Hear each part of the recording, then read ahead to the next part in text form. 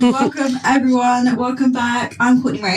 And I'm Jasmine. Welcome to Body in a City Goes Digital. Hi, we have a very, very special guest with us today, the lovely Kiya the founder of Kiya Cosmetics. Welcome. Hi guys, thanks for having me. How are you doing today? I'm okay, thanks. Yeah, not bad. We're really glad that you came, that you accepted our invitation. We're really excited to kind of dive into the world of wellness with you, being an advocate and an entrepreneur in the world of wellness. Yeah, I'm excited. Very excited. Yeah. Amazing. So we'll kick it off and I'm going to read a little intro about you because I feel like Everyone needs to know. everyone just needs to know. And I don't want to skip anything. So I'm going to read the intro that I wrote for you earlier. So as we've said, we're introducing the lovely Kiya Cosmetics. She's the inspiring founder of Kiya Cosmetics and she's a devoted wife and mother of 3. Not only that, but she's a visionary entrepreneur of Kiya Cosmetics, which is based in London, which is a kind of simple personal hair and beauty brand. I'll say hair and body skincare brand. Yeah. And it's kind of dedicated to inclusivity, empowerment, transparency, and self-care. We love self-care here at Body in the City. So born from Kay's personal journey to address postpartum hair loss, Kiya Cosmetics began with her successful blend of natural oils and Ayurvedic powders, leading to the creation of their renowned hair strengthening oil. I still use it to this day. Thank you very much. And since its launch in September 2019, Kiya Cosmetics has continued to use only the highest qualities of ingredients, all handmade at Kiya Studios in London. So join us today as we explore Kay's journey from a mum in need to successful entrepreneur and learn about her commitment to empowering her community and promoting self-care. This is a really heartfelt, a very close to home interview for me today and an inspiring conversation, one that you won't want to miss. So welcome. Welcome. Thank you. Oh, that was lovely. That was very nice. Thanks, guys. Thank you. Right, I what's feel up? like how you just introed that as well kind of shows you guys have a very long friendship as well. Yeah. It's quite important and it's nice that you guys have rekindled. How many years do you guys know each other? Do the maths, Kay. Oh my gosh. Okay, I'm 34 this year. Don't tell people that. I'm going to cut that out. It's coming up to 30 years. Yeah. Yeah. Yeah, it's very close to 30 years of friendship. And we have one of those like really strong friendships whereby we don't see each other every day. Every year. Or every year. We've had like kids in the interim.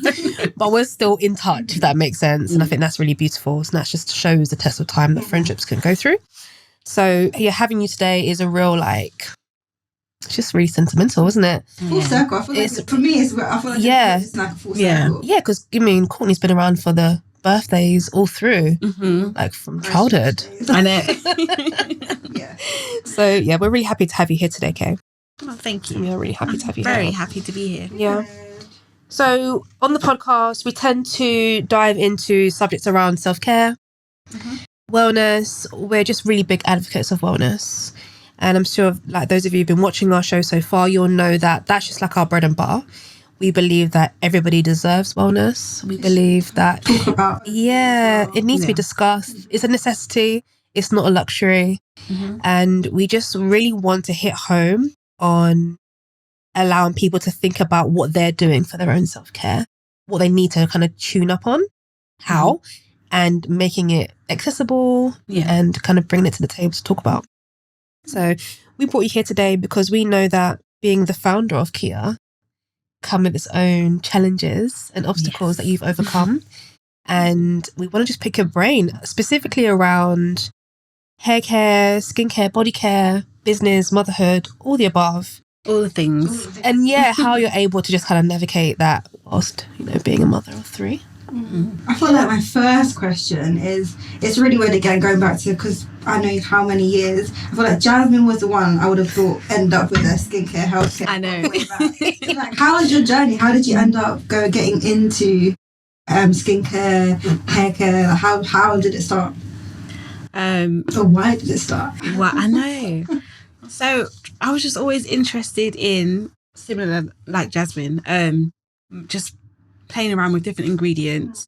I would mix hibiscus with olive oil and castor oil and try and make like little masks and stuff, dye my hair red by accident, henna, everything. So naturally, when I did my first big chop in, I think it was 2017, first big chop, I was documenting that journey on YouTube.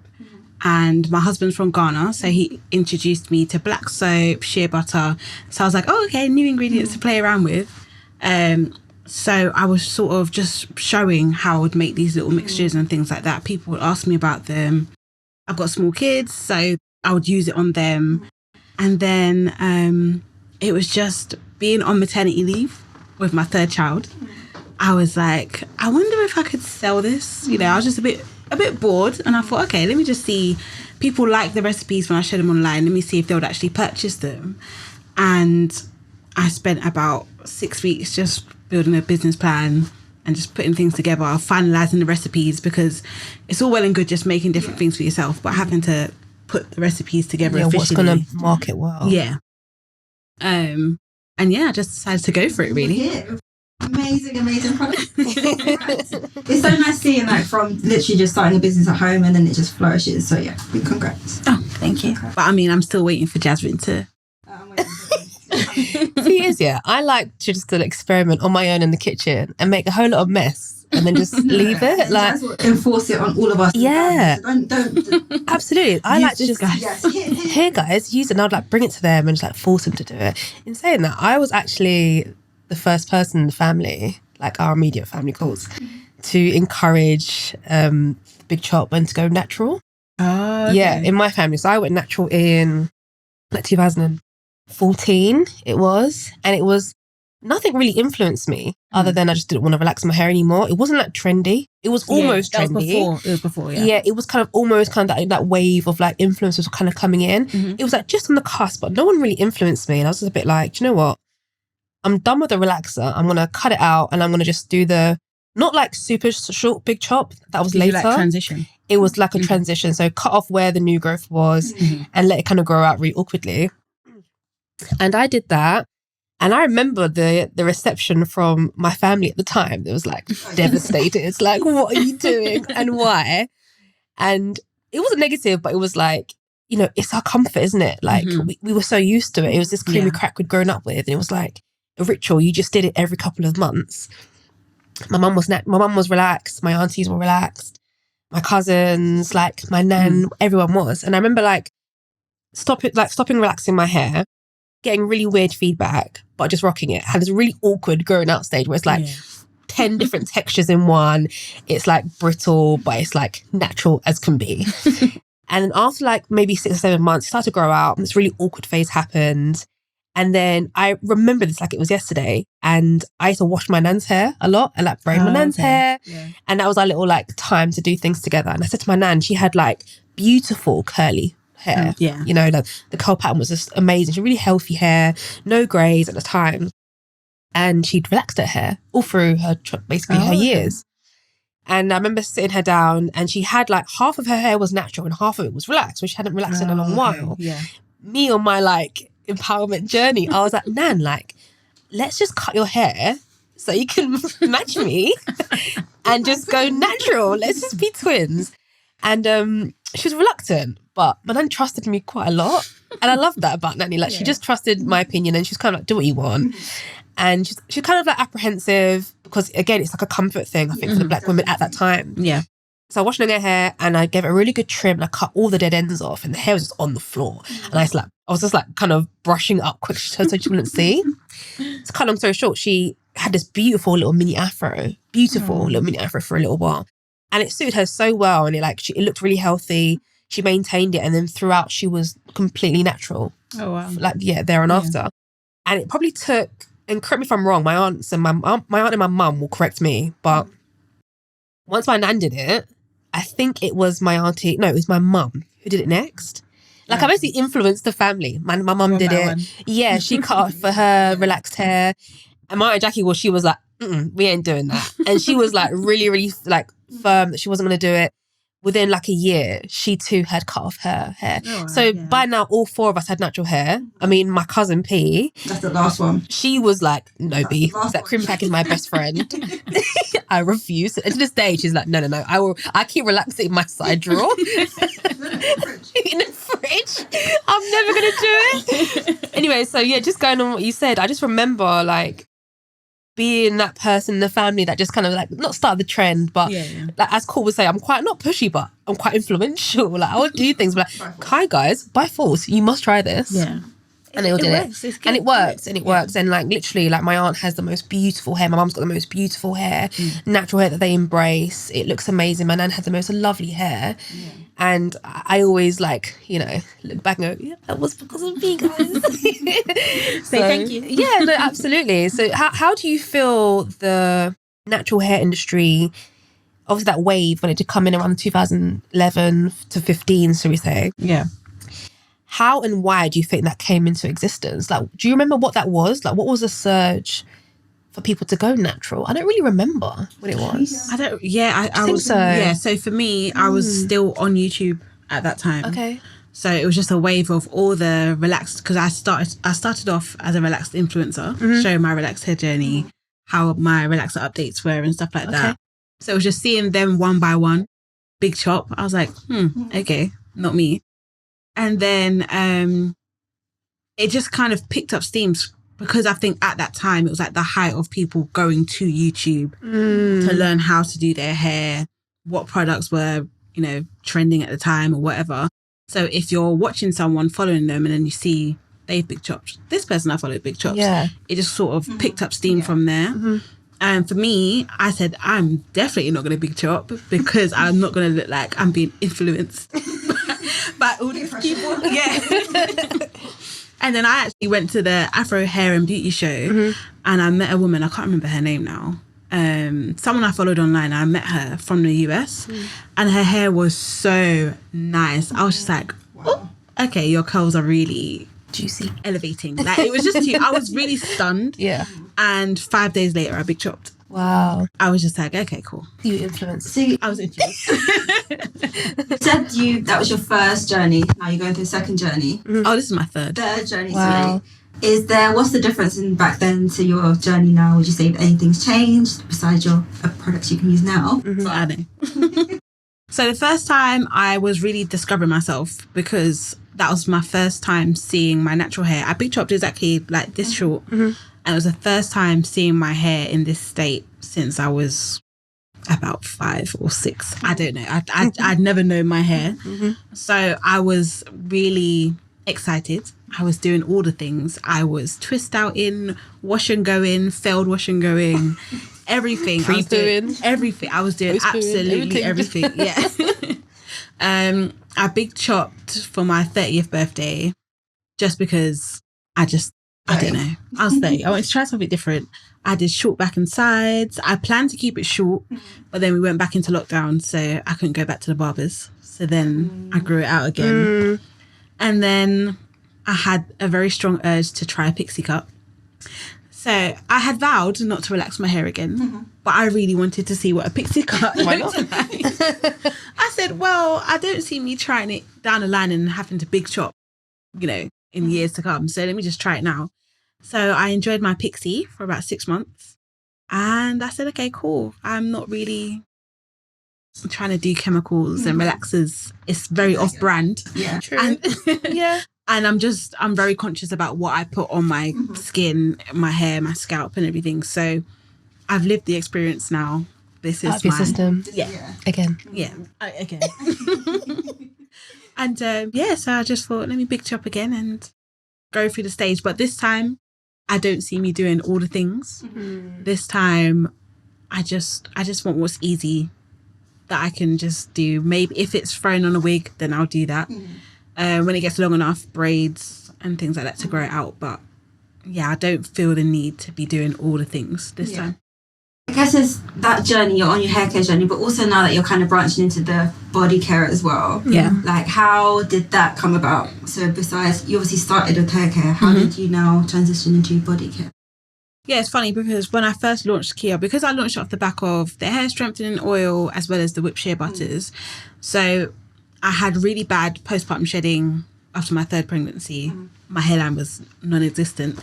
So I used a blend of oils and powders that I knew that I'd used before, and it helped to grow back my hairline. So that video that I posted documenting that did really well. So that was... there you were. So off the back of that, it just made sense to have the hair. It was called hair growth oil at the time, now hair strengthening oil. It did really well. So I just said, okay, cool. I like hair care. I'm into hair care. So I had like a shampoo, deep conditioner, leave-in, all the things. But people were really coming back for like the whipped shea butter for their skin. I was getting reviews that, you know, people use it on their kids that have eczema. It was clearing up the eczema. Oh, wow. The body oil worked really well. They loved the scent. They were coming back for that. Oh, it's made my skin more soft and moisturized and things. So I just took a step back and thought, okay, let me just focus on what my customers actually want. Yeah. And they're really saying they love the body care, the skin care. They like the hair care, but they're loving the body care. So it makes more sense to lean into that. At that time, I was preparing for my pixie cut anyway. So I wasn't really... Wasn't loving it. I wasn't loving the hair anyway. Fair enough. So, it was... Everything just aligned at the right time. Yeah. And I found since moving more into the body care, it's kind of simplified the brand and made it more cohesive. So it's like body care, skincare. We've got the hair strengthening oil. We've got something to moisturize your hair, but we're the body care people. Yes. So. I love that. The combination of the two. I think as well, just touching on the self-care as well, it's become more popular to like have these routines now. Yes. You know, get ready with me, self-care rituals. Like, so, and I really enjoy it. Those who know me know I love like going to bed, ask my partner, like sitting there for like doing the gua sha. I do everything, the layers, the hyaluronic, the toners, whatever. And it's like, it is very meditative. It's like a way to relax the nervous system. Yeah. Not only is it like good for the skin, good for the hair, whatever you might be doing, it is a form of me time. Yeah. And I think when you mentioned earlier about like obviously creating the oils back when you were going through like postpartum shedding, I mean, I didn't really know that was a thing until I had postpartum shedding. Yeah. One day I just woke up and like my hairline was just on annual leave. It just left. Like, it's very rude. No warning. Like after the baby, and it took a long time, like after like 7 months. And I just literally woke up one morning, looked in the mirror and said, where is my hairline? Like it was just, even now I'm like really self-conscious. It's coming back, and so it's such a weird feeling as well because you're not really advised about what to put on it and how to prepare or when it might come. It just shows up, takes your hairline and dips. So it was really interesting that you mentioned that because I found myself doing the same thing, like running online and looking and just going back to my books and creating all kinds of concoctions to like relieve myself of this and prepare myself for this like devastating news. Would you say that when you was pregnant or post-pregnancy that you had enough knowledge, especially because you had 3 babies, like by the 3rd baby, do you feel like you were prepared like for the shedding, for the bodily changes, and did you have some firm self-care rituals and techniques in place for like by the 3rd one or by the 2nd one that you can maybe share with those who are just having the first one? Yeah. So I didn't notice the first time. It's just I didn't notice anything. Didn't care. I was in my own I didn't care at that time. So the first time I noticed it was with my son. I documented that as well. And I used similar ingredients and it got my hairline back, but I noticed that the 3rd time my hair came back a lot fuller, a lot thicker, a lot faster. Okay. So I think I did learn, okay, these oils, this blend works really well. So I was prepared. So when it got to about 3-4 months postpartum, I started looking. I was like, okay, I know you're going to pop up at some point. But it is like that. I just woke up and I was like, oh, okay, cool. Like my edges are gone. It's a shock to the system. I think I cried. Just a little bit. I think I called like maybe my mum or something. I was just like, I don't have hairline. My edges. She's like, it'll come back. It's fine. Like, why does the body do that? Do you know? It's so obviously when you're pregnant, your hormones are like, basically... So when you give birth, it takes a few months for them to regulate and go back to normal. I should know this. When you're pregnant, you lose less hair as well. Yeah, so it feels really full. My hair was like luscious. Yeah. So it's like, oh, okay, you enjoyed, so now we're going to bring all back. Yeah, so your hair just... all the shedding, just boom. It's the hair that you should have been losing throughout the pregnancy. Makes sense. But it just goes in one go. That was devastating, man. No one prepared me for that bit. Yeah. I really thought I escaped it. 6 months in, I was like, no, that's strong. Like prevent or like... Because it's hormonal. I don't think it is. Yeah, but things like coffee rinses, they help to like reduce it, make it a bit more steady. Coffee, interesting. Yeah. It like really stimulates the hair, the follicle of the hair, like shocks it. So what about like a protein? Or not coffee. Sometimes I use like black tea. Or black tea. Yeah, it's just caffeine. Yeah. Yeah. I still do that. It makes it feel really like very, not brittle, but very like strong and like dead clean afterwards. But it does something. It stops the hair like from shedding. Yeah. You know, the different phases of your hair growth cycle. It like really stops it from like coming out. Yeah. It does actually work. Because caffeine is hair and skin. It's trending right now. Yeah, it does actually work. Fair, just on the trends, like, have you found there's social media again, the trends in social media right now? Do you think it's been beneficial to the like self-care in the sense of hair and skin, or do you think it's more detrimental? Like, do you think there's pros, cons with just the access to so much information and the trends? Is it like, I think people hold on to like, what trend? I know there's so many trends now. It refers to like hair trends, like specifically, or skincare trends? I think just both. I think there's so much we're being told what to do, and it's like, how do we know this is what we should be doing? Like rosemary oil. Yeah. I woke up one day and that's all I was seeing on my timeline on everything. Which, does it actually work? Like, it does. So we have rosemary oil in the hair strengthening oil. We have it in the body scrub and the whips as well. So it's a really good ingredient. But I feel like because of TikTok and trends, things get run down to death. Like one person will come out with something like the niacinamide. So we have a niacinamide toner, but I didn't decide, okay, I'm going to have a niacinamide toner and a serum. And you don't have to overwhelm the consumer. Yeah. So that's something I was very keen about with Kiya. Just making the brand as simple as possible and very much simplicity. So we don't have 1,000 different products that do the same thing. But I think that the trends make people purchase things that do the same thing just because this one's popular now. This one's popular now. Or buy one rosemary oil, then a castor oil from this place and this place. Unless you're going to make your own blend, you can just buy a product that has it all mixed together. Also, I think that there's a lot of dialogue at the moment about teens using too many skincare products. And that's off the back of the same thing. TikTok videos going viral. My 15-step morning routine is too much. Messing up the endocrine system so much as well. Just adding all those different chemicals. What was that word, sorry? Endocrine. I heard it. I said, yeah. You know what I meant. Anyways, yes. Well, no, that's exactly what I mean. I think there's so much information, especially for the younger, I hate saying younger gen, I'm not that old, but younger gen. It's exactly that. They're putting so many things on their face. And it's unnecessary. It's unnecessary. And I'm quite, I don't know, but there's no way of stopping. I guess it's up to us to teach our kids. Yeah, definitely. I remember growing up, my parents used to have something called Skin Success. I've never seen it in adulthood, but it was like a toner kind of, but it was really, really strong. And I was like, ooh, let me try this. So I put it on my face, and then my mum happened to come into the room and she was like, no, it's too strong for your face. Like, it's not for your face. I was about 10, 11. I was like, oh, okay, fine. But my parent was there to tell me, no, this isn't for you. Just use cream, like you're fine. And my face was relatively clear. Obviously, some people have skin issues. I didn't necessarily have acne issues and things like that. That's different. But I think as a parent, I'm very much into what my child is watching, what she's using on her face. I tell her, use the black soap now. You can use that now. She doesn't use the toner just yet. But I will, as she gets a bit older, I'll say, okay, now you can use the niacinamide toner a little bit on your face. She's asked to do face masks and things like that. So can we do masks together? I'm like, yeah. But I think it's just being proactive and making sure they're not using retinol at 15. Yeah.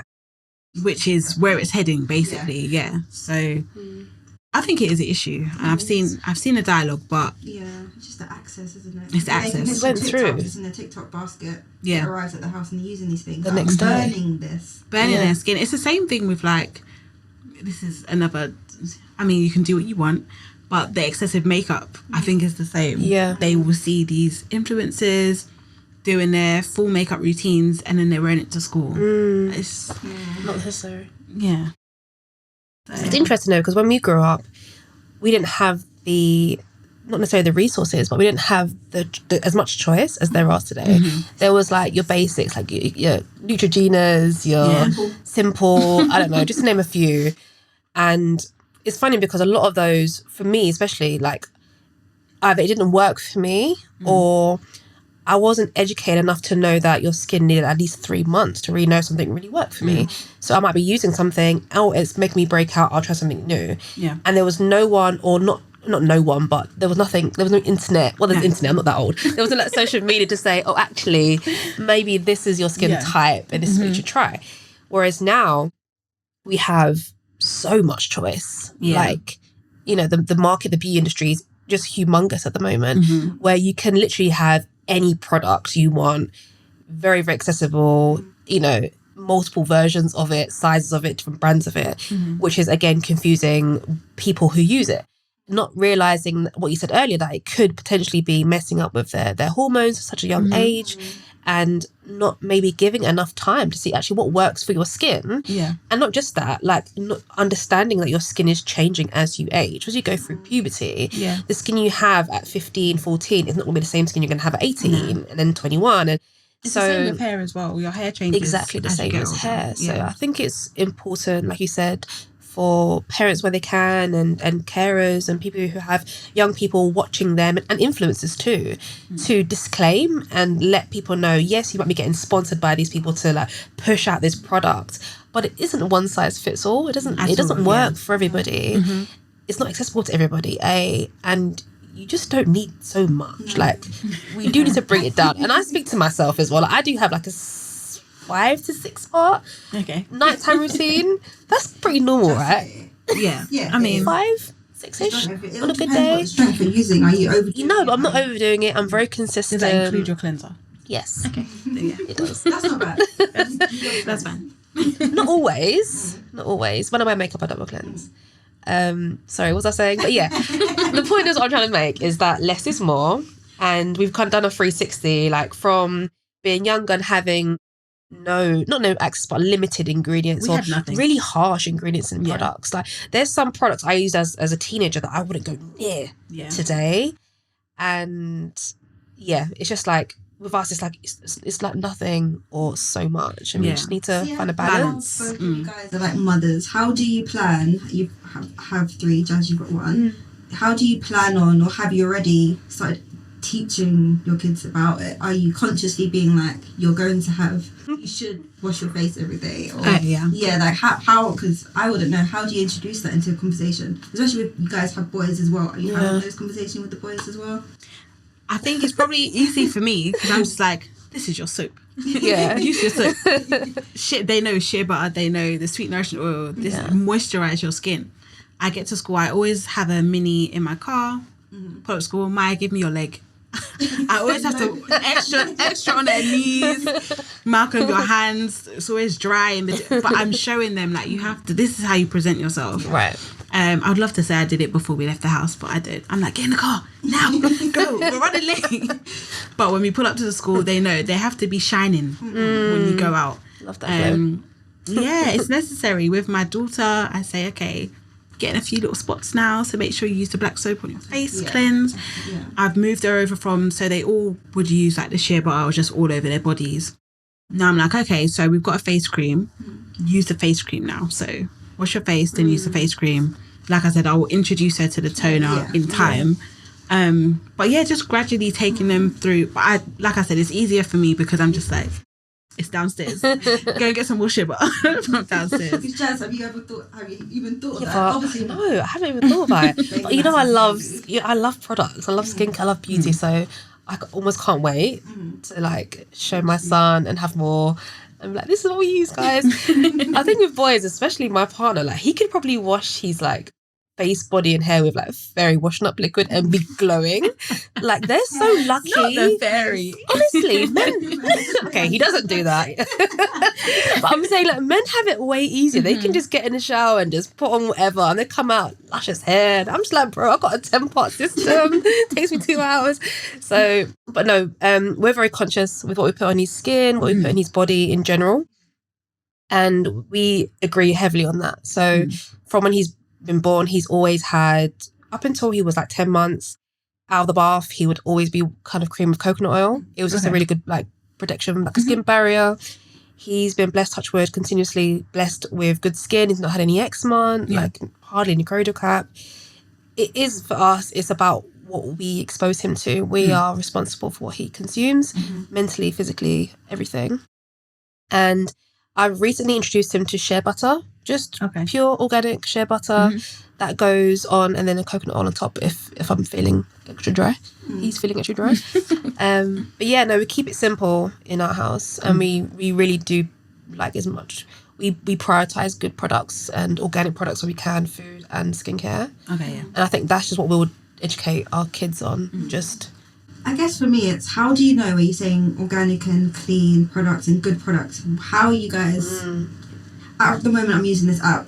Can't for the life of me remember the app that tells you it's when you like, scan the barcode. Yeah. Okay, that's my reference. But do you guys have any advice? Like, how do you know it's actually good? Is it that you're just basing on ingredients in particular, or how do you know retinol is good? How do you?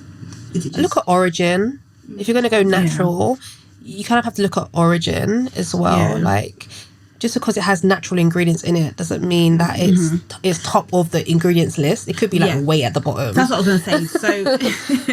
So obviously, again, it's easier for me because I know where I'm sourcing the oil, the raw ingredients from to make the products. But it's also, that where is it listed? For example, I'm not going to name the name, but I had a brand, a very, very popular and well-known brand. They sell shakes. So it was supposed to be banana flavoured. So I had it. I was like, this does not taste like banana. I looked at the ingredients and I looked down. This did not contain banana at all. Like, there was no banana. And even the banana flavouring extract thing was like way down the list. Yeah. So if you don't know, the higher up the list is the higher up of the quantity of the ingredient, basically. So that's very important, the ranking of that. So if you're wanting a product that moisturizes your hair, aqua water better be number one. Yeah. Otherwise, forget it. So just looking at, be mindful of the ingredients. The less ingredients, the better as well. In body care, skincare, food, everything. It's like, you don't need that much. If you don't know what the ingredient is, Google it. It might just be something to preserve it or whatever. But if it's not making sense, then just, you don't need it. Research everything. The app is good though. I know what you're talking about. I don't know, but there's a lot of apps like that now where you can like scan a barcode and it'll give you like a score of 100. If it's like, you know, if it's red, it's like, do not use it, it's awful. Like petroleum, it's petroleum in it. But yeah, and I just echo what Candy said. It's like, it really is about the nature of the ingredient, the rawness of it, where it's coming from, and how high or low it is on the ingredients list, I think. That makes sense. Because the app has shown me that it's the price of good stuff is so much higher than so it's like food though, isn't it? You know, good quality food is that's something I've struggled with the brand, because the price that it should be, I'm just like, I feel like I want it to be accessible. So it's definitely more expensive than your Palmer's or Simple and whatever, but it's not, I try to not make it too premium because it's what we need to be using. It's, but it's a difficult one. It's a very difficult one to balance. It's hard. I feel like the industry itself is trying to figure that out. No, they're not trying to figure it out. I think they're cashing in on it, if I'm being honest. The thing is, I love these brands. So I'm not going to name them. I love these brands. I love these celebrities, so I'm not going to name them. But I do think they are cashing in on the trends, and we're putting our money in it. Because what was it when we were speaking, Jazz? What is how much? It's like billions. It was, the study was from maybe 10 years ago now. I'm not quite sure the most recent study is, but it was like the UK black spending power is 400, I don't know, it's 300, 400 billion. I'm not talking billion. It's our spending power. Billions. And a very big, vast majority of that is going into the beauty industry, hair and beauty industry. I think there was another report a few years ago, the Black Hair Report, something like that. I can't remember. And it specifically broke down the percentage of how much black women are spending on their beauty products per year. We outspend everybody else. We buy more frequently, monthly, than anybody else. And it's just our options, it's good that our options have improved greatly over the last decade. But I think we've still got a way to go before it's more accessible. Agreed. And I do think that's my frustration, is these products that I need for my curls. I can't use any and everything on my curls. It's a lot of money to invest in. And I think the access to these things, because now I'm going online and I'll make my own because it's just easier. It is easier. It's funny because you say we all make our own, and this is kind of how you've made Kiya and how we get by, literally by making it. But if you kind of go back into our parents' generation, where going to the salon, even our generation, early teens, going to the salon on a Saturday, early doors, the whole day. You're there the whole day to get your hair pressed, get it steamed, what have you. It was torture, but it was somewhat enjoyable when you look back in hindsight. Do you know what? That kind of made, it was a community essence to it. And I was having this convo, I think, with you, Courts, do we miss that? I mean, there are black hair salons in the UK, and I do know, I can think of a few, but it's I don't really feel that sense of community the same way that men have barbers, or they go there just to chill with a man. And it's a way to them to vent and talk about whatever they want to talk about. I go to salons and sometimes I'm there and it's completely silent, and because they do the scheduled bookings now. You're not allowed to bring a plus one. I kind of miss just going into a salon, go together, or say, come meet me here, let's catch up whilst I'm getting my hair done. I think that whole community essence, I'm not sure if that's from COVID, we've kind of missed it, but do we need more of that, especially as females, females in the UK, black females, women of colour, having that community? Maybe they're different minorities, they have that, but I miss that. There are black salons, I'm not saying there aren't, but that essence that we once had in the 2000s, in the 90s, that our parents go to, I don't know, is it dead? Is it gone? Or is it just because of social media and the rise of people doing it themselves People doing it, and it's the rise of mobile stylists as well. That's it. So here's the thing for me. I get what you're saying, but I very much prefer comfort and my own. Of course you would. I would prefer someone to come to my house and do my hair while I'm on my laptop, or me to schedule a booking. I come in, you're ready for me within 5 minutes.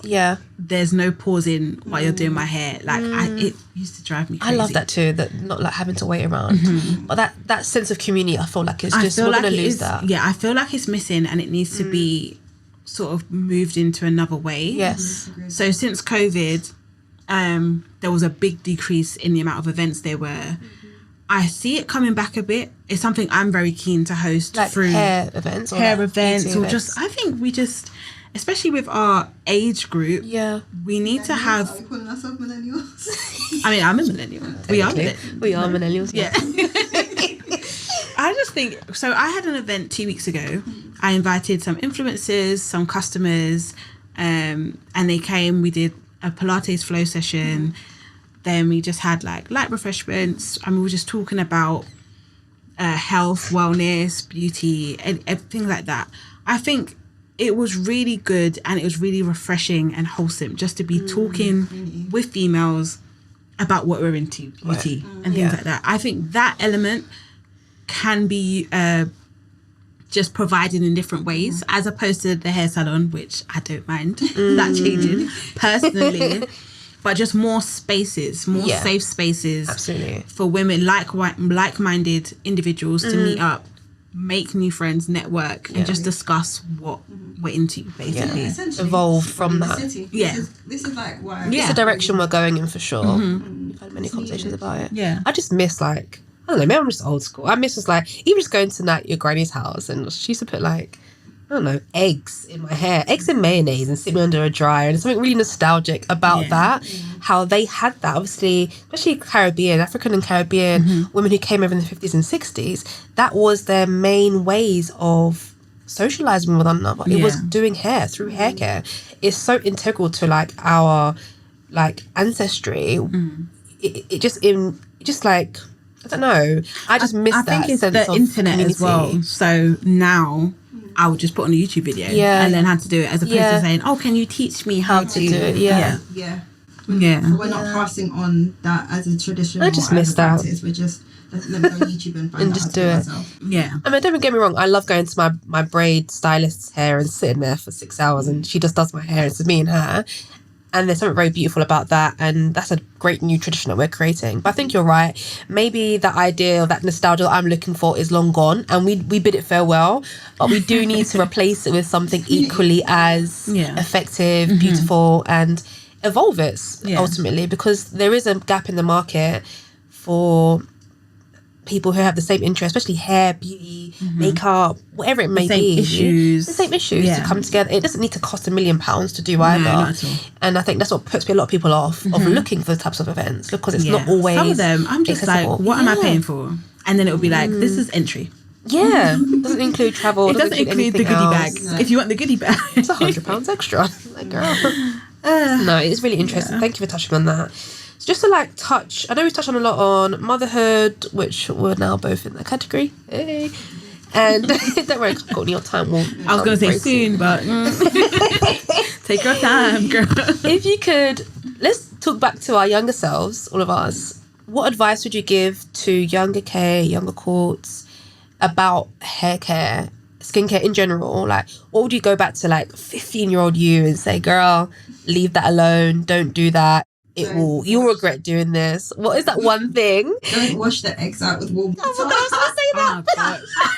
That was my one. Scrambled eggs. Scrambled eggs hair. Yeah, that's a thing.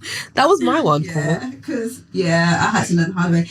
My situation is quite interesting actually, because I think my curly hair has changed so much throughout my childhood. When I was younger, my hair was a lot straighter, like super straight. You know my mom's hair. Beautiful though. Yeah.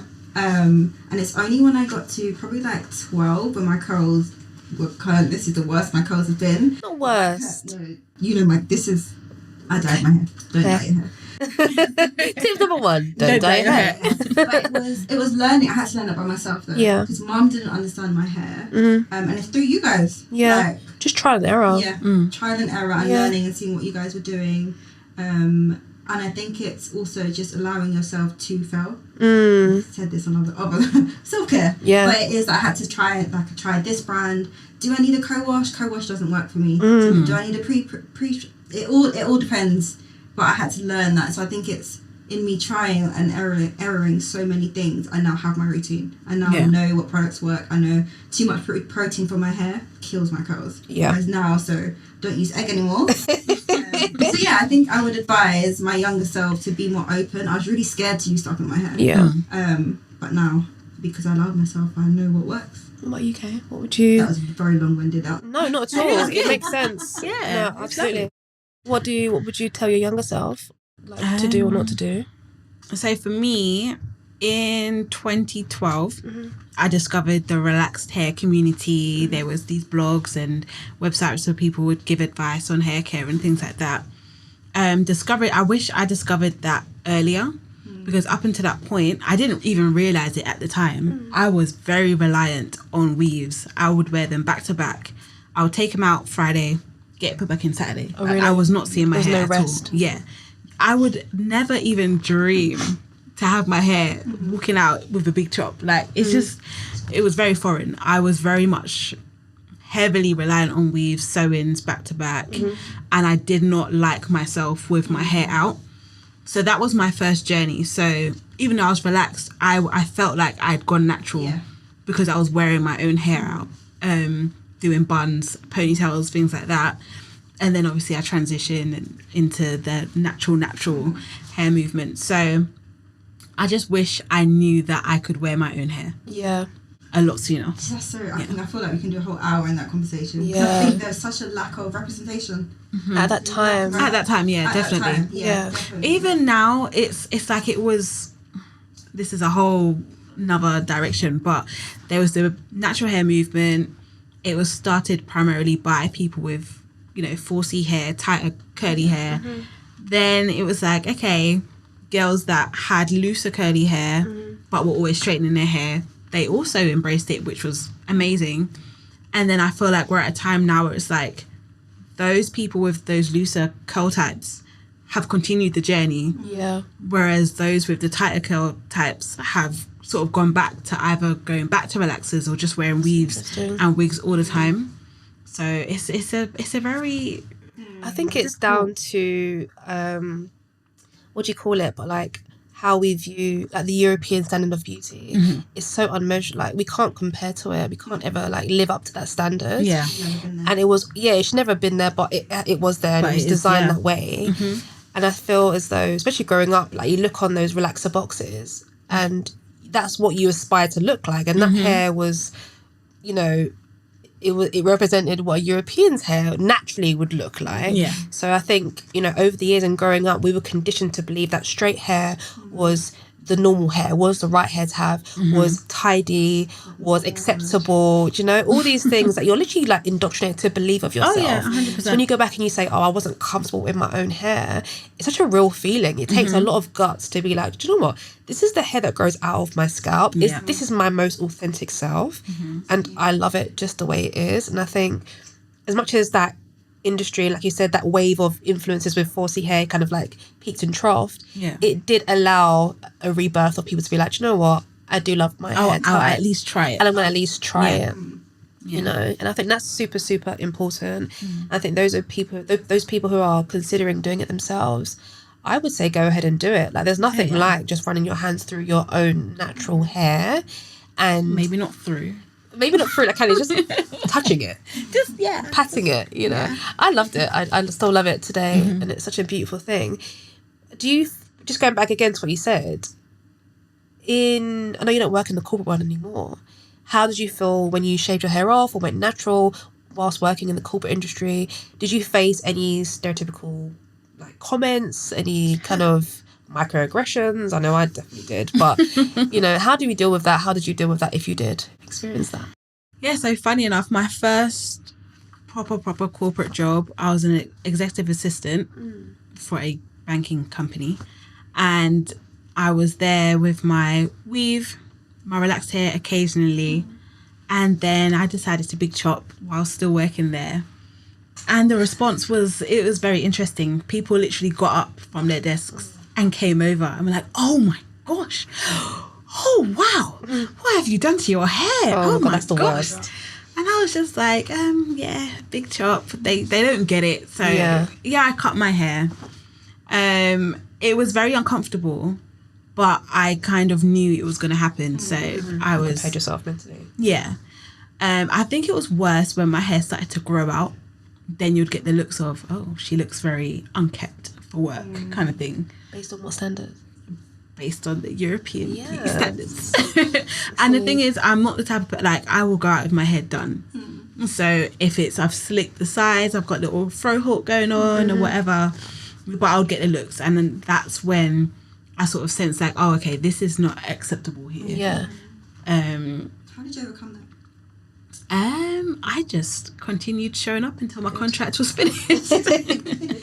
Then I said goodbye, guys.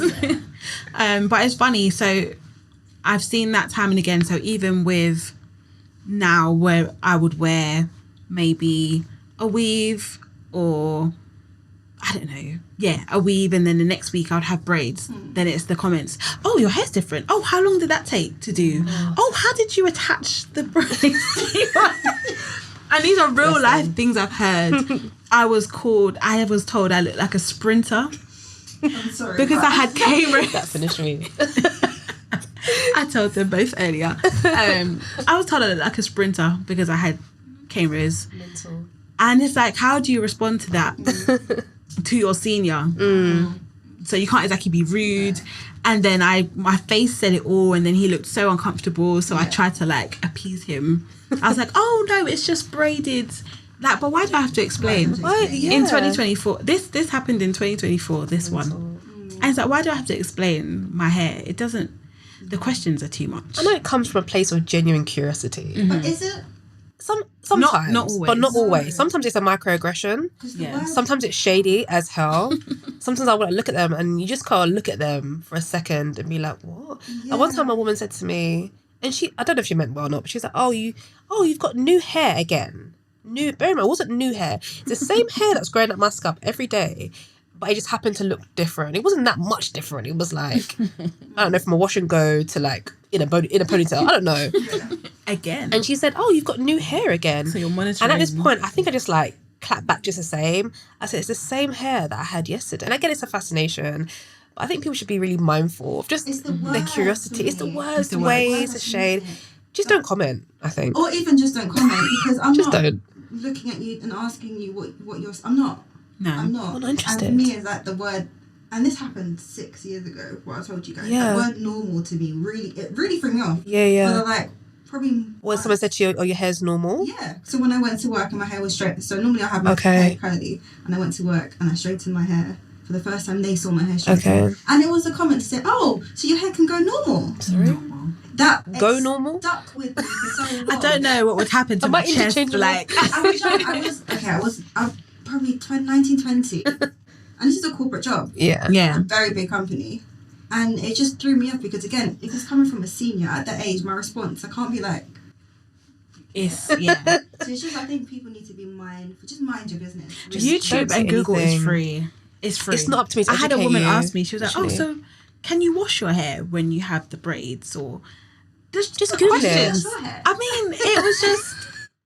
And she was like, "Oh, I hope you don't mind me saying, because I know black people, you don't wash your hair as much as we do." It's like, that. So why are you making this awkward? Making it a thing. And she's just staring at my hair, and I'm just like, Yeah, sometimes you just got to know how to respectfully back away from the conversation. Yeah. Don't feel you need to apologise No. for them. They're ignorance. They're ignorance, Yeah. exactly. Mhm. And I stopped apologising, and now I just kind of look at them blankly and walk off, because I feel it's the best way. Because you just have to kind of have a boundary, and eventually people will stop challenging you and question you for something that's a very natural part of us. Yeah. And as well, I think just for any like younger women or children or anybody that's experiencing that or has experienced that, there's so much power and beauty in your hair, in our hair, because it's extremely malleable. It's beautiful, and it has this really strong dexterity to it that we're able to do so many different styles. And don't see it as a negative thing or that you're like someone's throwing shade. They're just envious. They can't do it. Just accept that you have this glorious hair, this glorious crown that's just able to achieve just miraculous things. And we just have lots of versatility. And they're just hating. Okay, that's not what to say. Mic drop. Just mic drop. Let's just finish Jazz, it. I mean, we actually need to wrap up soon, just conscious of time. Yes. We can actually talk on for ages about this. Sure. You didn't give us what would you say to Oh, yeah. what would you say to your younger self? For just hair or just hair and beauty or like body? skincare. To my younger self, I was pretty fearless. I cut my hair off and didn't chop stuff and didn't mind. To my younger self, I would say not do something to fit in with your peers, to not be pressurized or peer pressured just by social media. There was no social media, but like friends or family. To do your own research and to just see what your hair enjoys. I would say to a younger version of me as well to also consider with hair and with body that it's not just about what you put on top of your hair, but also what you consume in your body. Yeah. And I think things like hydration, so consuming water, your vitamins, your green foods, your vitamin Ds, your biotins, your Ds, your zincs, etc., as well as good quality sleep, as well as all these like environmental factors. I think put as much time, energy and money into those things as much as you do for the product. Because there's no point in having all these fancy products and trying all these different things if your insides are crying for some nutrients, and your body is like really imbalanced.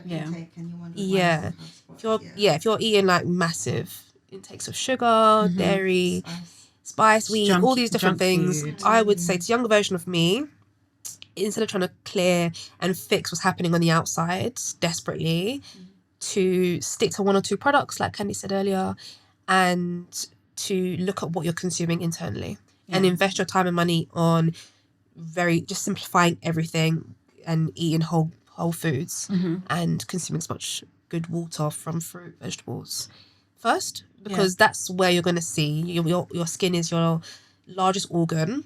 Although I read somewhere that your intestines is your largest organ in terms of like surface. Your gut health. Yeah, so really, like your skin is your largest organ. Skin. Yeah, your gut. But your gut technically has like in terms of like surface area, more surface area than your skin. Oh wow. Oh yeah, because it's really So technically we should be looking after our gut biome. Gut health is really trending a bit on YouTube at the moment as well. So. I'm looking forward to that. Yeah. What we're putting in our bodies. Yeah. We need to pay attention to that. But I think as time goes on and we evolve, I think we're really gonna see a shift in people's understanding and wanting to learn how to correct that. Yeah. That to answer your question, to my younger self and to anybody watching this, I guess, it's to really consider what you're putting inside as a priority and then go on top. Yeah. That's the icing on the cake.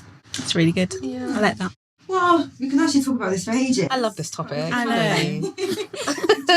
I'm like, ooh, what about this? There was so much more I wanted to talk about. But okay, as you're our special guest today, do you want to kind of leave any last remark, any last like advice, just to the listeners, just as you've experienced so much in your entrepreneurial life, your motherhood life, just as an individual in this world, figuring it out as well. No pressure. I know we didn't really touch on it heavily, but make time for self-care. Yes. I have 3 kids. I have a business. I have a husband. I have life. And I make sure I take at least 5 minutes. I'll say, you know what? Today I'm doing the body scrub. Yeah. And that means I'm going to be in the shower a little bit longer, but I'm feeling myself. It brings you into, make sure you spend time being in the moment as opposed to thinking ahead, thinking about what's happened, what's gone wrong, what's going to go wrong.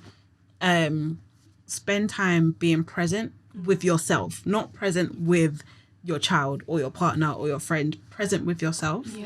Get to know yourself and just practice things that are good for you. I've recently started going to the gym. I'm trying to, love that. Expand my healthy lifestyle. Drag me with you, please. But I enjoy that 45 minutes to myself. I'm just listening to music. I'm by myself. I don't have to think, oh, what's that child doing or whatever. That's self-care. Yeah. Self-care is what you eat. Self-care is, it's not just the have a shower, relaxing, in a bath salts, scrubs.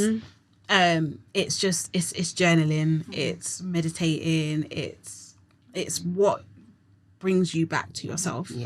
So I just think that's very important, and you should practice it at least 5. No minimum though. Try and give yourself an hour. She said an hour. Wow. I don't give myself an hour. That's like wishful thinking. I don't even have kids. Amazing. Well, thank you so much. Thanks so much, Kay. I love this topic. We're gonna get you back on, and we'll talk more. About everything. All the things. All the things. Did you want to mention anything about any upcoming projects, any products? Please. So you can check out our website, www.kiyacosmetics.com. We're on Instagram. Please follow us on Instagram. Lovely. What is your Insta? Kiya Cosmetics? Kiya_Cosmetics. Cool. We just got all the body care, all the smell goods. Our bestseller is our sweet nourishing oil. So I highly recommend you try that first and then expand. And it's really good to just love on yourself and smell good all day. Yes. So Cool. Thank you so much for having me. No worries. Thanks, Kay. It's been amazing. It's nice. I haven't seen you in years. It's really, really nice to see you again. And you. Amazing. So thank you so much for joining us on Body Necessity Goes Digital. We hope you enjoyed today's episode. If you have any questions, please feel free to jot them down below and we'll try our best to get back to you. Of course, as usual, like, subscribe, share, do that good fun stuff. And we will see you next time on Body Necessity Goes Digital. Until then, have a very, very beautiful day. See you later. Bye. Bye.